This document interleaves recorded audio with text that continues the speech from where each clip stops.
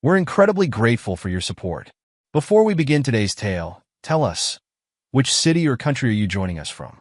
We love connecting with our global audience. Now, let's dive into today's story. Chapter 1. The Fading Flame. Daniel Hayes wiped the sweat from his brow as he surveyed the construction site. His crew worked diligently below, the rhythmic sound of hammers and power tools filling the air. At 32, he'd earned his position as foreman through years of dedication and an unwavering work ethic. Danny called out one of his workers. "We got an issue with the foundation on the east side." "On my way," he replied, already moving. That was Danny's way. Address problems head-on, find solutions, keep moving forward. The same approach he'd applied to every aspect of his life, including his marriage to Olivia. Later that evening, Danny pulled into their driveway, a bouquet of fresh lilies, Olivia's favorite, resting on the passenger seat. The house lights were off, despite it being past 7. Another late night for his wife, apparently. He entered their home, the silence pressing against him like a physical weight. The kitchen counter held the breakfast dishes he'd washed that morning, untouched since he'd left. Danny placed the lilies in a vase, arranging them carefully, a skill he'd perfected over the past 6 months of bringing home flowers that seemed to wilt unnoticed. His phone buzzed with a text from Olivia. "Working late again. Client meeting running over." "Don't wait up." Danny's jaw tightened as he typed back. "Made your favorite pasta. Should I save you a plate?" The response came quickly. "Already grabbed dinner." "Sorry." The pasta ingredients sat unopened on the counter. Danny stared at them, his parents' voices echoing in his mind. He could almost smell the grease from their small diner, see his father's weathered hands, counting the day's modest earnings while his mother insisted on serving free meals to struggling families. "Marriage is work, son," his father had said on Danny's wedding day. "But it's worth every drop of sweat you put into it." Danny started putting away the ingredients, each movement deliberate and controlled. The door clicked open just as he was closing the last cabinet. Olivia breezed in, her designer heels clicking against the floor. At 30, she carried herself with an elegance that still caught Danny's breath when she bothered to look his way. "Hey," she said, dropping her bag on the counter. "You didn't have to wait up?" "Wasn't waiting, just cleaning." Danny watched as she moved past him, the scent of her expensive perfume mixing with something else. "Wine, maybe?" "How was your client meeting?" he asked, keeping his voice neutral. Olivia paused, her back to him. "Exhausting. They can't make up their minds about the color scheme." She rubbed her temples. "I have a headache. Think I'll turn in early." "I could give you a massage," Danny offered, stepping toward her. "Like I used to?" "Not tonight." Olivia's voice carried a sharp edge. "I just need sleep." Danny watched her retreat up the stairs, remembering their college days. He'd first seen her in the campus coffee shop, her laugh drawing his attention from across the room. She'd been arguing with her friend Naomi about some art installation, her hands animated, her eyes bright. Danny had been smitten by her passion, her dreams, her vitality. Now, 6 years into their marriage, that vibrancy seemed reserved for others. The next morning, Danny woke to an empty bed again. The shower wasn't running, no coffee pot humming downstairs. He checked his phone, no messages. In the kitchen, he found Olivia's purse from the night before, knocked over on the counter. As he set it upright, a receipt fluttered to the floor. Danny picked it up, his construction-calloused fingers gripping the thin paper. La Maison Rouge, one of the most expensive restaurants in town. Wine, $180. Dinner for two, $295. Date? Yesterday. The receipt crumpled in his fist as memories flashed through his mind. Olivia claiming she'd be working late at a client's home, her distant behavior, the constant headaches, the rejection of his touch. Danny's phone buzzed, a text from Naomi to Olivia's phone, visible on the lock screen. He doesn't suspect anything. "You're in the clear. Call me later." The pristine kitchen suddenly felt too small, too confining. Danny braced himself against the counter, his knuckles white. The gentleman who believed in working things out, in honest conversations and second chances, felt something shift inside him. A coldness settled in his chest, spreading through his veins like ice. He smoothed out the receipt carefully and placed it exactly where he'd found it. Then he took out his phone and made a call. Cole? Yeah, it's Danny. Can we meet before work? There's something I need to talk about. Throughout the day, Danny maintained his usual routine. He directed his crew, solved problems, made decisions. But beneath the surface, something had changed. The foundation of his world had cracked, and through that crack, a different Danny Hayes was emerging. One who wouldn't just accept betrayal. One who wouldn't forgive and forget. As he watched Olivia leave for another late meeting that evening, Danny felt the last remnants of his trusting nature fade away. The man who believed in simple honesty was gone. In his place stood someone harder, someone who would make sure that betrayal carried a price too heavy to bear. The security cameras he'd ordered would arrive tomorrow. The private investigator's number was already saved in his phone. Danny Hayes was no longer just a construction foreman.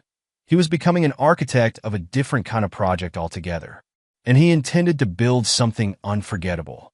Chapter 2: Whispers in the Dark. The fluorescent lights of Cole's garage workspace buzzed overhead as Danny leaned against a workbench, his coffee untouched. "You're sure about this?" Cole asked, his weathered hands busy with electrical wiring. "Could be nothing."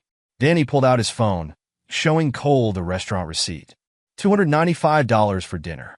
"When's the last time you saw Olivia eat at home?" Cole set down his tools, giving Danny his full attention.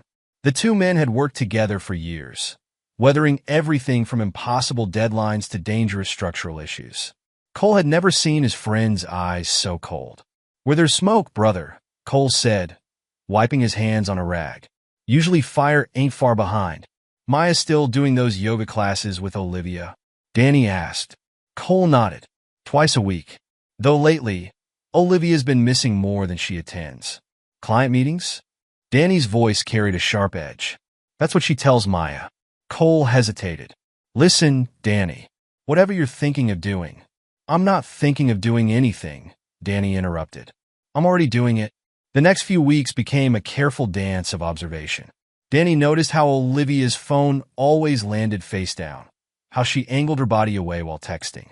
Small details that had seemed innocent now carried weight. One evening, while Olivia was supposedly at yoga, Danny drove past the studio. Her car wasn't there. He circled the block, his hands tight on the steering wheel, and spotted her vehicle outside an upscale bar in the business district. Through the window, he saw her laughing, seated close to a man in an expensive suit. Marcus Sterling, Mac as he preferred to be called, the architect whose name had been appearing more frequently in Olivia's conversations. Danny watched as Mac's hand lingered on Olivia's arm, as she leaned in to whisper something that made him smile. The scene burned itself into Danny's memory. At home, Olivia breezed in late, her yoga mat conspicuously absent. "Great class today," she announced, heading straight for the shower. "Really cleared my head." Danny sat in their living room, scrolling through his phone. "Glad you enjoyed it." "Maya missed you there." The water, which had just started running, stopped abruptly. A moment of silence followed. "Oh, I wasn't at Maya's usual class," Olivia called out. "I tried a different instructor today." "At a different time? Different studio too?" Danny asked quietly, but the running water had resumed, drowning out his words. Later that night, Olivia initiated intimacy for the first time in months. Her touches felt calculated, her kisses practiced. As she whispered about starting a family, Danny felt his stomach turn. "A baby?" he asked, pulling back to study her face. "You've been saying you're not ready." "People change," she murmured, trying to draw him close again. "I've been thinking about our future." Danny gently but firmly moved away. "You're right. People do change." He lay awake long after Olivia had fallen asleep, his mind racing. The woman beside him was a stranger wearing his wife's face, playing a role she thought he couldn't see through. The next morning, Danny met Cole at their usual coffee spot before work. "She wants to have a baby," Danny said without preamble. Cole nearly choked on his coffee. "After months of nothing?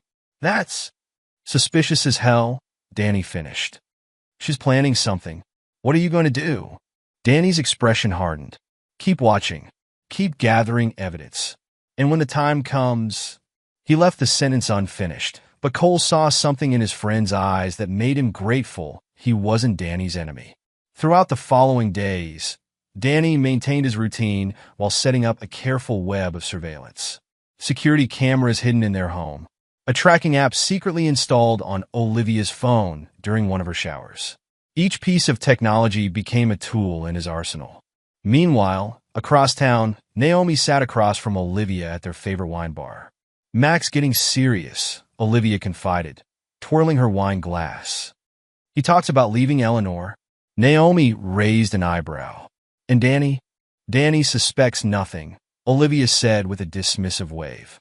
"He's too trusting, too simple to see what's happening. Besides, I have a plan to keep him distracted." "The baby thing?" Naomi leaned forward. "Isn't that a bit risky?" "It's perfect timing," Olivia insisted. Mac agrees. "It's the perfect cover while we figure things out." Naomi smiled, but something calculating flickered in her eyes. "Well, you know I've got your back. Always have." What neither woman knew was that their conversation was being recorded by the private investigator Danny had hired, Ray, a former cop who specialized in infidelity cases. That night, Danny sat in his home office, listening to the recording, each word feeding the cold fury growing inside him. The man who had once believed in second chances was being systematically replaced by someone harder, someone who understood that some betrayals demanded more than forgiveness. Chapter 3. The Unseen Truth. The morning sun streamed through the bathroom window as Danny emptied the trash, a mundane task that turned his world upside down. There, wrapped in toilet paper, lay a pregnancy test. Positive. His hands trembled as he picked it up, memories of Olivia's recent seduction attempt flooding back. The pieces clicked into place with devastating clarity. Danny stood motionless, the test in his hand, as rage and disbelief warred inside him. All those late nights, all those business meetings, all those yoga classes she'd never attended, they led here to this moment. With mechanical precision, he photographed the test and replaced it exactly as he'd found it. Then he waited until Olivia left for another client meeting before accessing her phone. He'd memorized her passcode weeks ago. In the deleted folder, he found what he was looking for: videos. His stomach churned as he pressed play. The hotel room was luxurious, the Grand Metropolitan, according to the distinctive headboard. Olivia and Mac tangled in expensive sheets, laughing, touching, betraying. Multiple videos, multiple dates, multiple instances of his wife giving herself to another man. Danny's hands didn't shake as he transferred the videos to his own phone. His breathing remained steady. The Danny of 6 months ago might have raged, might have confronted them immediately, but that Danny was gone. He drove to Cole's house, finding his friend in the garage workshop. Maya was out, which was perfect. Danny needed Cole's unfiltered reaction. "I found something," Danny said, his voice eerily calm as he showed Cole the pregnancy test photo. Cole's face darkened. "When?" "This morning." Danny pulled up one of the videos. "And these?" Cole watched for a few seconds before turning away. "Jesus, Danny. What are you going to do?" "Nothing. Yet." Danny's voice was cold, controlled. "I'm going to keep watching. Keep collecting evidence. And then I'm going to destroy them both." Danny's eyes held no warmth, no hesitation. Not just their marriage, not just their reputation. Everything. Cole studied his friend, seeing the transformation complete itself. The kind, trusting man who'd helped build homes for underprivileged families, who'd given second chances to workers with troubled pasts. That man was gone. In his place stood someone harder, someone capable of calculated destruction. "They won't see it coming," Danny continued, pocketing his phone. "Olivia thinks I'm too simple to figure it out. Too trusting. Too weak." He smiled, but it was a dangerous expression. She's about to learn how wrong she is. Over the next few days, Danny maintained his facade. He kissed Olivia goodbye in the mornings, asked about her day in the evenings, played the role of the oblivious husband perfectly, all while watching, recording, gathering ammunition. He hired Ray, the private investigator, to dig deeper into Mac's life. The reports started flowing in: Mac's marriage to Eleanor, his family's connections, his other possible affairs. Each piece of information became another weapon in Danny's arsenal. One evening, as Danny reviewed the surveillance footage, he saw Olivia in their bedroom, talking on the phone. He doesn't suspect a thing, she was saying, presumably to Naomi. Danny's so wrapped up in his construction work, he wouldn't notice if I danced naked in front of his crew. She laughed. The pregnancy will seal the deal. By the time he figures anything out, it'll be too late. Danny closed the laptop slowly, methodically. In the reflection of the dark screen, he saw himself smile, a cold, predatory expression that would have terrified the man he used to be. The transformation was complete. The trusting husband was dead, replaced by someone who understood that justice and revenge were sometimes the same thing. Danny Hayes was no longer building houses. He was architecting destruction, and he intended to make it a masterpiece. As Act I drew to a close, Danny sat in his home office, surrounded by evidence of his wife's betrayal, plotting a revenge that would reshape not just his life, but the lives of everyone involved. The seeds of doubt had bloomed into certainty, and from that certainty grew a plan that would leave no one unscathed. The kind, honest construction worker was gone. In his place sat a man who understood that some betrayals couldn't be forgiven. They could only be avenged. And Danny Hayes intended to take his time to make sure every detail was perfect before he brought their world crashing down around them. Chapter 4. Gathering Evidence. Danny sat in his parked car outside the Grand Metropolitan, watching through his windshield as Olivia and Mac emerged from the hotel's side entrance. His phone recorded their intimate goodbye, adding another piece to his growing collection of evidence. "They're getting sloppy," Ray commented from the passenger seat. The ex-cop took a sip of his coffee, his experienced eyes noting details most would miss. "Making it almost too easy. Tell me what you found on Sterling," Danny said, his voice carrying no trace of emotion. Ray pulled out a thick folder. "Marcus Sterling, born with a silver spoon. Family's got old money, but he's made his own mark in architecture. Married to Eleanor Rothschild? Yeah, those Rothschilds. She's overseas most of the time, running various charitable foundations." Danny flipped through the photos. Mac at expensive restaurants with Olivia, entering hotels, exchanging gifts. His schedule? Predictable. Meets your wife 3 times a week, usually during lunch or claiming late meetings. They're using 4 different hotels, rotating to avoid attention. Ray paused. "There's more. He's done this before." Danny's hands stilled on the folder. "Go on." 2 other affairs in the last 5 years. Both ended messy, but his wife's family cleaned up the mess. Money has a way of making problems disappear. "Not this time," Danny said, his voice carrying a promise of retribution. Back home, Danny installed the last of the hidden cameras. His phone buzzed with alerts whenever Olivia received messages, thanks to the spyware he'd installed. He'd transformed their home into a surveillance hub, recording her deception in high definition. "Danny?" Olivia's voice carried up the stairs. "Are you home?" In the office, he called back, quickly switching his monitors to display work-related blueprints. Olivia appeared in the doorway, her hand resting protectively on her slightly swollen belly. "I was thinking we could have dinner together tonight. It's been a while."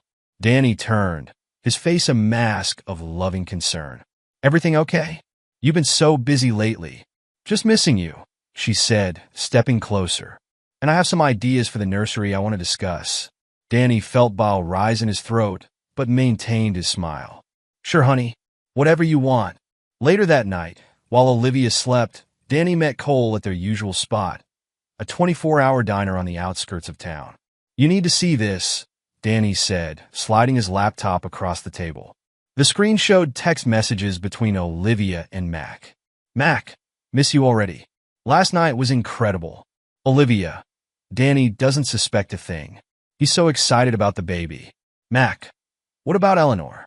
Olivia, "You promised you'd leave her. Don't back out now." Mac, "Just need more time. This has to be handled carefully." Cole pushed the laptop away, disgust evident on his face. "Jesus, Danny, how are you keeping it together?"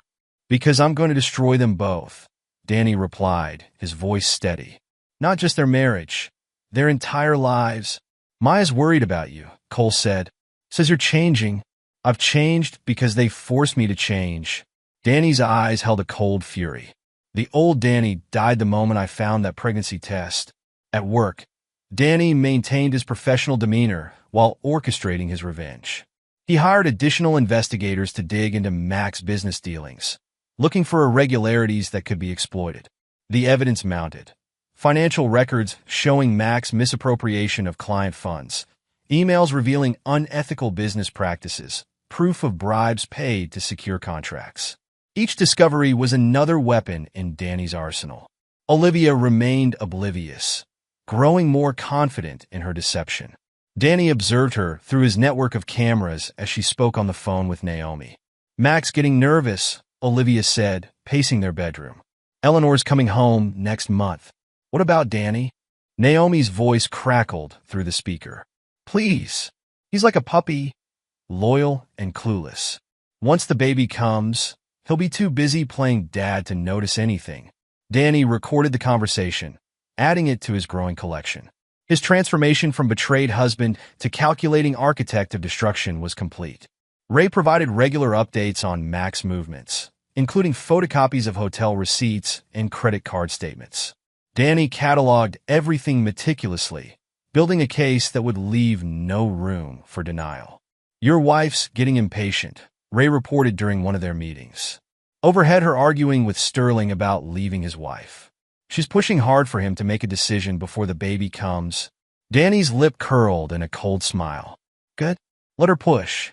The harder she pushes, the more mistakes they'll make." The surveillance continued, Danny watching through his cameras as Olivia transformed their home into a nursery, picking out colors and furniture for a child that wasn't his. He played his part perfectly, the excited father-to-be, the supportive husband, all while documenting their destruction. Chapter 5. The Unveiling. 6 months passed like a slow-moving glacier, each day adding another layer to Danny's plan.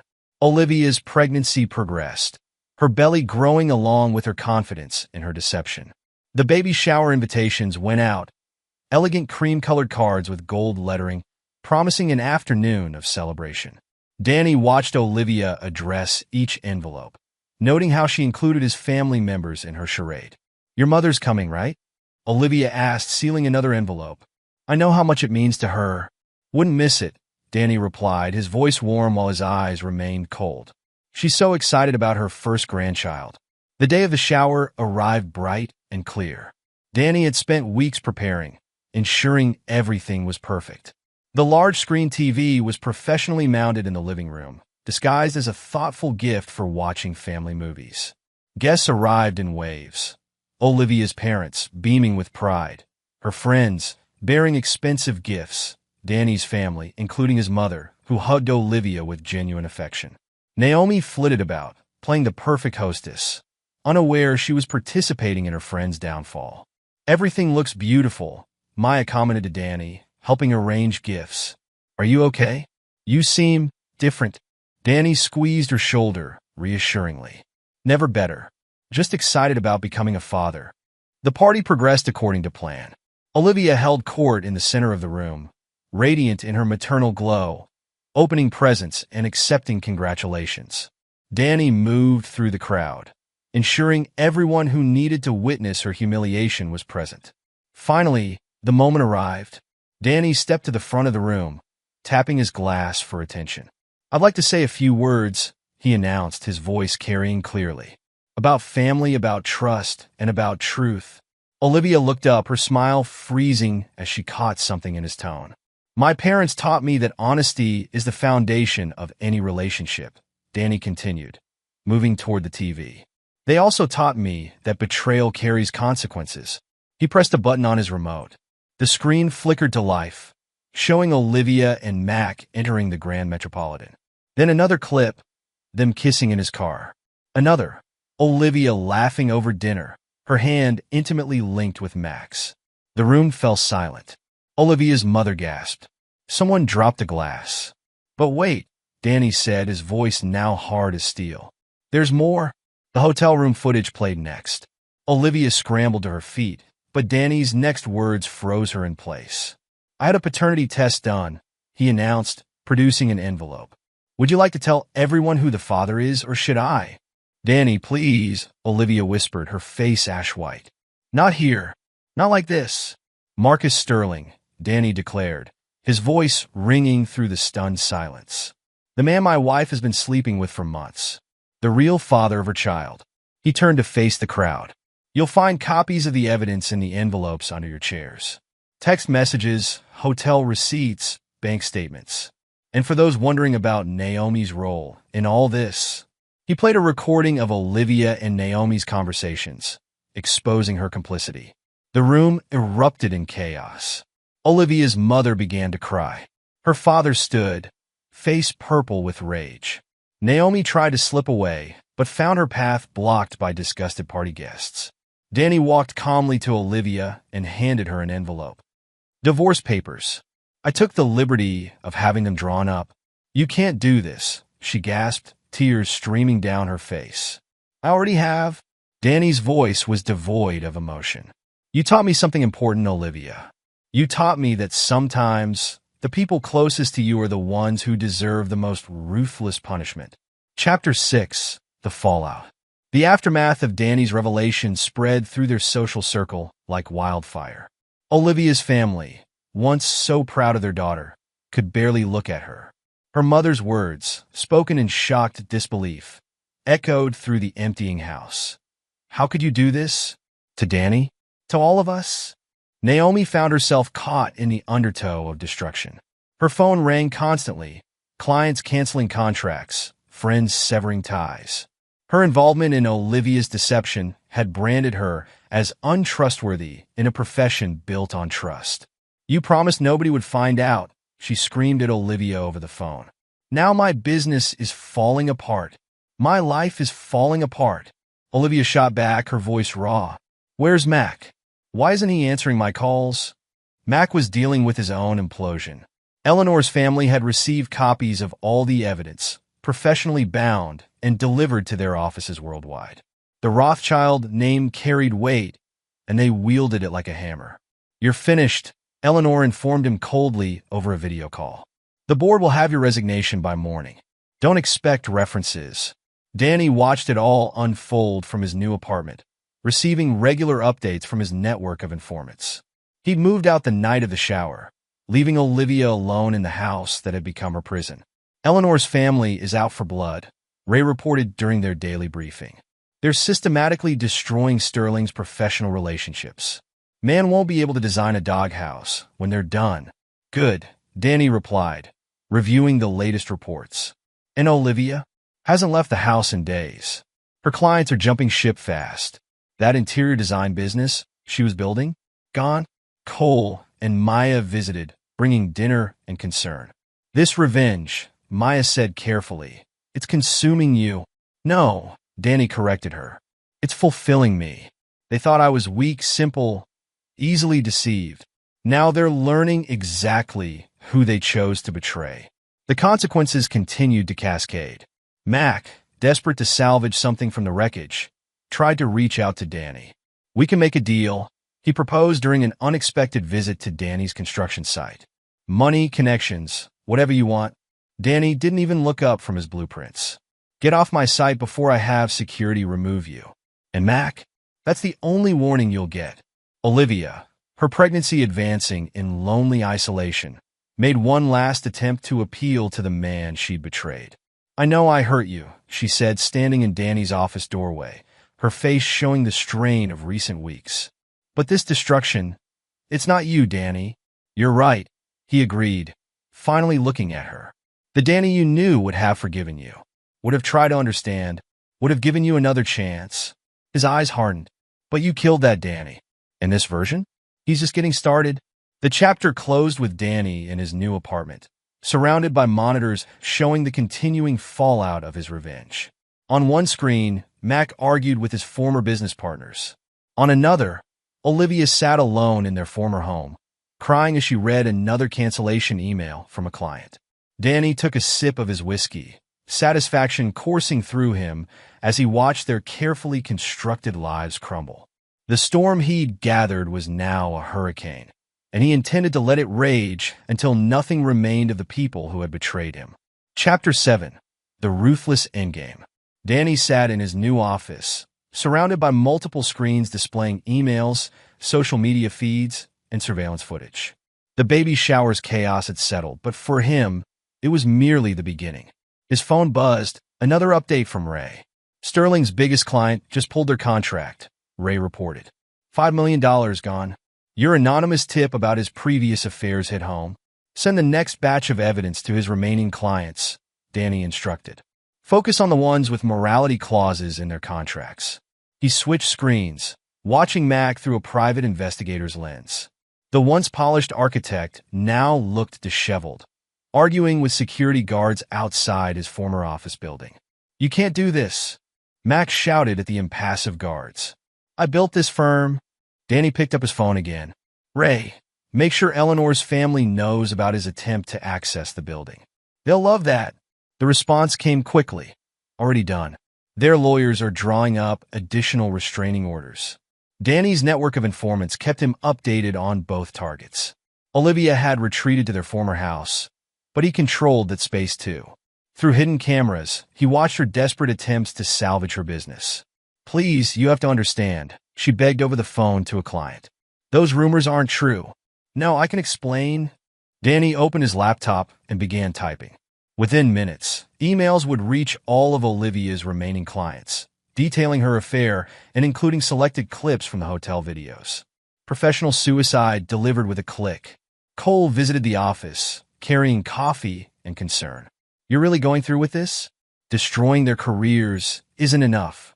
They destroyed my life, Danny replied, not looking up from his screens. Now they learn what that feels like. The Danny I knew is dead. Danny cut him off. They killed him. This is who I am now. He pulled up documentation of Mac's financial dealings. Records obtained through less than legal means. Evidence of kickbacks, fraudulent billing, client fund misappropriation. All it needed was an anonymous submission to the licensing board. You're not just ruining their careers, Cole observed. You're making sure they can never rebuild. That's the point. Danny's voice carried no emotion. They don't get to start over. They don't get redemption. They get to live with what they've done, just like I do. Days passed as Danny orchestrated their systematic destruction. He leaked information about Mac's affairs to architectural journals, ensuring his professional reputation was completely tarnished. Anonymous tips to ethics committees led to investigations into his past projects. For Olivia, he was equally thorough. Her design blog was flooded with evidence of her infidelity, driving away potential clients. Real estate agents received warnings about working with her. Interior design firms got anonymous packets detailing her deception. Your latest move bankrupted Sterling's firm, Ray reported. Board of directors voted him out this morning. Eleanor's family made sure of that. Danny nodded, satisfied. What about his personal accounts? Frozen. Eleanor's lawyers are good. He couldn't buy a cup of coffee right now if he wanted to.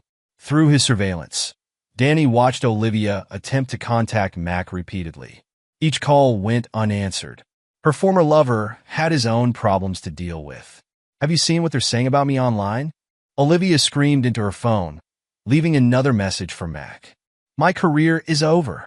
You promised you'd take care of me. Danny allowed himself a small smile as he typed another email, this one to the local Realtors Association regarding Naomi's involvement in the deception. No one who had helped them would escape unscathed. Chapter 8. The Final Confrontation. The morning brought a pounding on Danny's apartment door. He checked his security camera. Olivia stood outside, her pregnancy now showing clear signs of stress. I know you're in there, she called out. We need to talk. Danny opened the door, but blocked the entrance. Nothing to talk about. Look at what you're doing to us. Tears streamed down her face. The baby? Mac's baby, Danny corrected coldly. How is the father, by the way? Still not returning your calls? I made a mistake, Olivia pleaded. We can work through this. The person doing all this. This isn't you. No, Danny agreed. The person I was believed in second chances. Believed in forgiveness. You killed that person? Danny, please. She reached for his arm. I'm losing everything. He stepped back, avoiding her touch. That's the point. Now you know how it feels. I'll tell everyone what you're doing, she threatened, desperation replacing tears. How you're destroying our lives? Danny's laugh held no humor. Go ahead. Tell them how you cheated on your husband, got pregnant by another man, and tried to pass the child off as mine. Tell them how you mocked me to your lover, called me simple and clueless. Please, Olivia, tell everyone everything. She crumpled against the doorframe, all fight leaving her. What do you want from me? I want you to live with what you've done. Both of you. No forgiveness. No fresh starts. No happy endings. Later that day, Mac appeared at Danny's construction site, looking like a shadow of his former self. We need to talk business, Mac said, trying to summon his old confidence. There must be something you want. Name your price. Danny continued reviewing blueprints. Security will be here in 2 minutes. I suggest you leave before they do. Look at what you're doing. Mac's composure cracked. My firm, my reputation, my marriage. Everything's gone. Sounds like consequences. Danny finally looked up. How does it feel, Mac? Being the one who's powerless? I'll fight back, Mac threatened. I've got resources. Had resources, Danny corrected. Eleanor's family made sure those are gone. 1 minute 30 seconds. By the way, security's pretty efficient here. Mac's departure was followed by Danny's final move. He uploaded everything, texts, videos, emails, financial records, to multiple social media platforms. The complete destruction of their lives shared with the world. Through his network of surveillance, he watched the aftermath. Olivia collapsed on their former bed, her phone buzzing with notifications she no longer had the strength to check. Mac, drunk in a cheap motel room, all his credit cards declined. Both of them broken, just as they had broken him. The news about Olivia's miscarriage reached him through Maya. He received the information without reaction, adding it to his mental catalog of consequences. Chapter 9. The New Dawn. 1 year later, Danny stood in the lobby of Hayes Construction Group, his company name displayed prominently on the wall. The betrayal had transformed him into something stronger, something unburdened by naive concepts of forgiveness. The Thompson contract came through, his assistant reported. Biggest project this quarter. Danny nodded, reviewing the paperwork. His reputation in the industry had grown, not just for quality work, but for ruthless efficiency. The man who had brought down Sterling Architecture was someone to be respected, perhaps feared. Cole and Maya visited occasionally, though their relationship had changed. They saw the permanence of his transformation, understood that the kind man they'd known wasn't coming back. Heard about Olivia, Cole mentioned during one visit. Working as a waitress in Nevada. Starting over. For now, Danny replied, making a note to ensure her new employers receive an interesting email about their recent hire. And Sterling? Teaching basic design at a community college in Florida, Danny's smile was cold. Under a different name. Won't help him for long. He had sold the house, unable to bear the memories it held. His new penthouse apartment suited this version of himself better. Sleek, modern, impenetrable. No photographs adorned the walls. No mementos of the past. Success came easily to this new Danny. His business thrived, built on the reputation of a man who never compromised, never forgave, never showed weakness. Clients sought him out specifically because of that reputation. You've changed, Maya observed during a rare dinner together. The Danny we knew died, he finished. And this version is stronger. He dated occasionally, but never allowed anyone close. The lesson had been learned, paid for in blood and tears. Trust was a weakness he could no longer afford. From time to time, news of his former wife and her lover reached him. Each fresh setback they suffered, each new humiliation, added another brick to the wall he'd built around himself. Their destruction had become his masterpiece, a perpetual reminder that betrayal carried consequences. The final scene found Danny in his office, reviewing reports of their continued downfall. Their attempts to rebuild, to start fresh, met with anonymous warnings to potential employers, leaked videos resurfaces at crucial moments.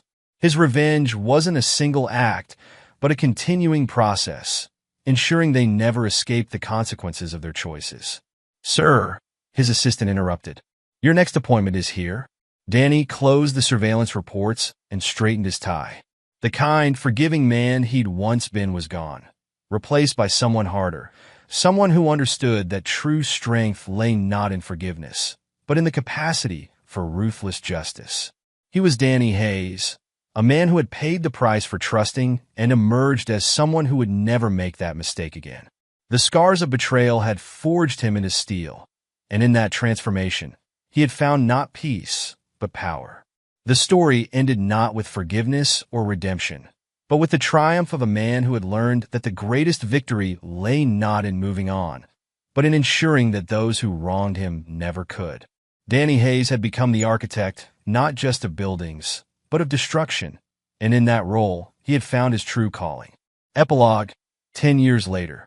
The Hayes Construction Group headquarters dominated the city skyline.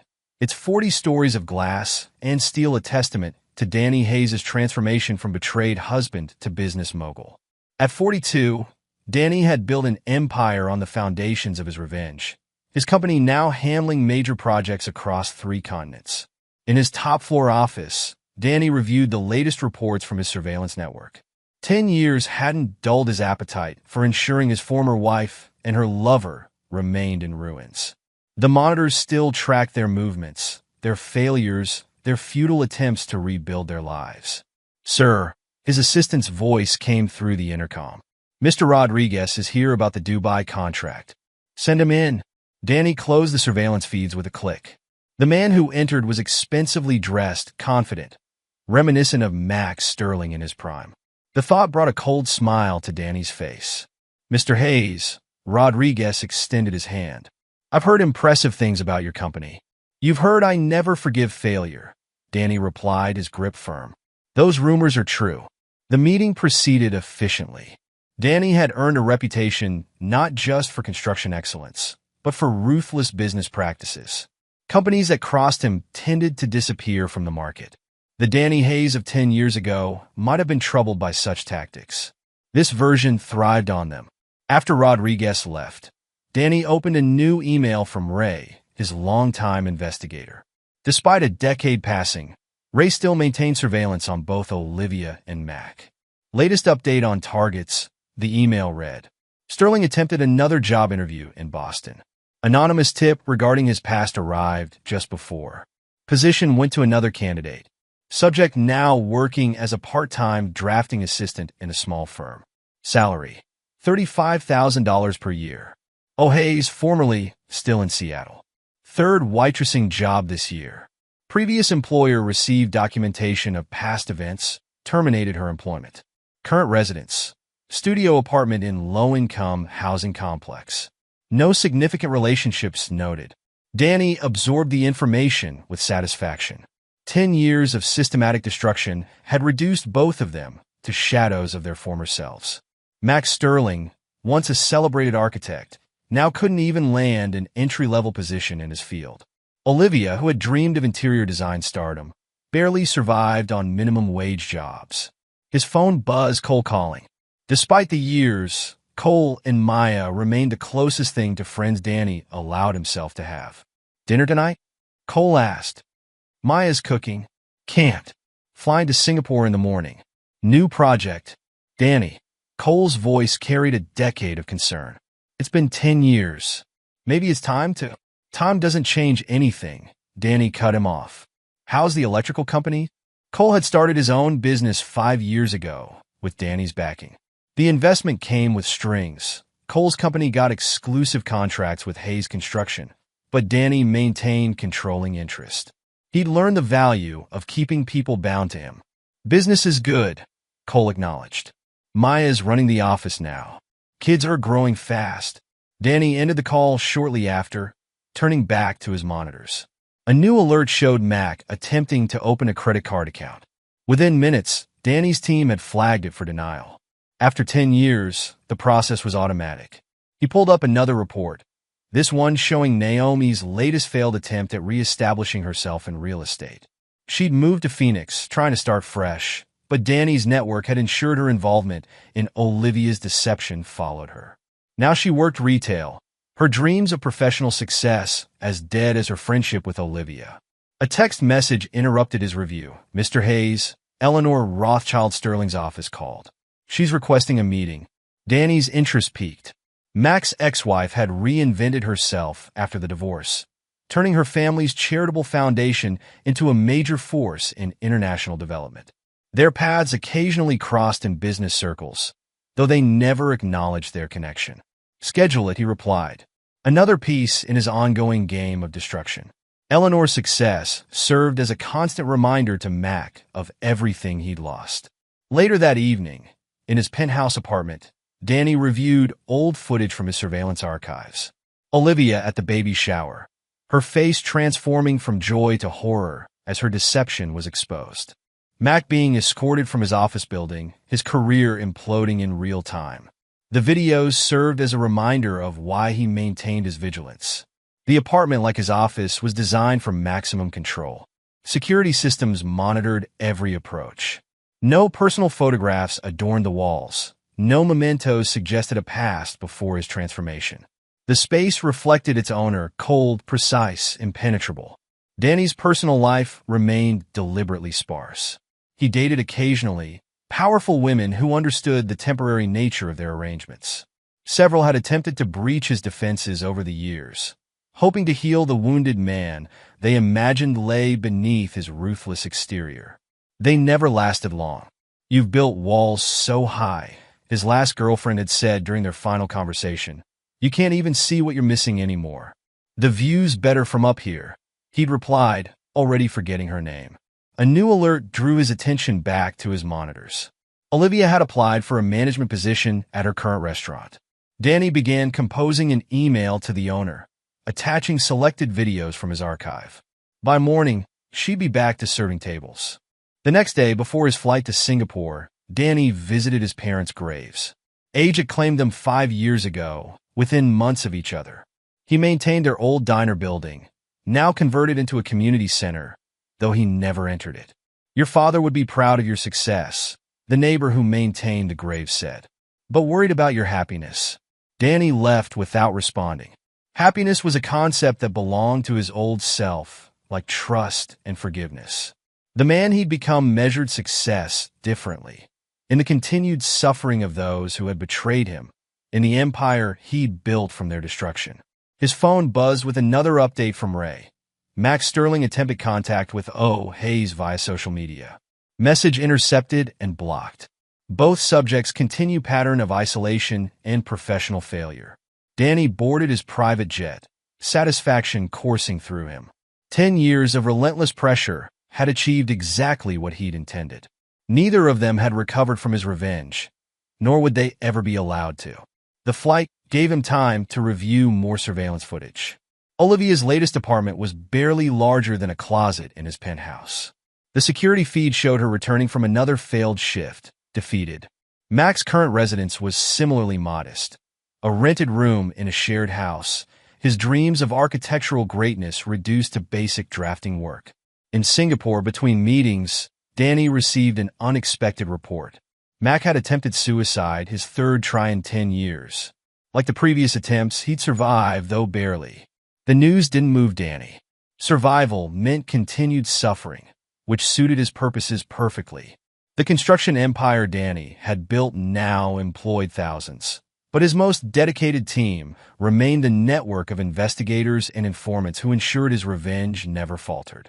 Any attempt by Olivia or Mac to rebuild their lives met with swift, ruthless response. Job applications mysteriously failed. Relationships ended when new partners received anonymous evidence packages. Financial opportunities evaporated before they could materialize. "You've won," Cole had said during their last real conversation. "They're destroyed. Maybe it's time to let go." "This was never about winning," Danny had replied. "It's about making sure they never forget." The decade had changed them all. Cole's hair had grayed, his face lined with worry for his friend's soul. Maya had stopped trying to reach the man Danny used to be. Their children knew him only as Uncle Danny, the successful businessman who never smiled quite right. Danny's own transformation was complete. The betrayed husband had become a force of nature, his revenge no longer an act but a constant state of being. His company's success was merely a tool, providing the resources to maintain his surveillance and control. 15 years after the baby shower revelation, Danny stood in his office, watching the sun set over his empire. His monitors still tracked Olivia and Mac, their lives permanently shattered by his unwavering determination. They had aged badly, their faces marked by years of struggle and defeat. Olivia had never remarried, never recovered professionally. Her dreams of design success had died in that baby shower, replaced by an endless cycle of dead-end jobs and lonely nights. The child she'd lost remained her only pregnancy, a ghost of what might have been. Mac's decline had been equally complete. His attempted comeback in architecture had met with Danny's systematic destruction.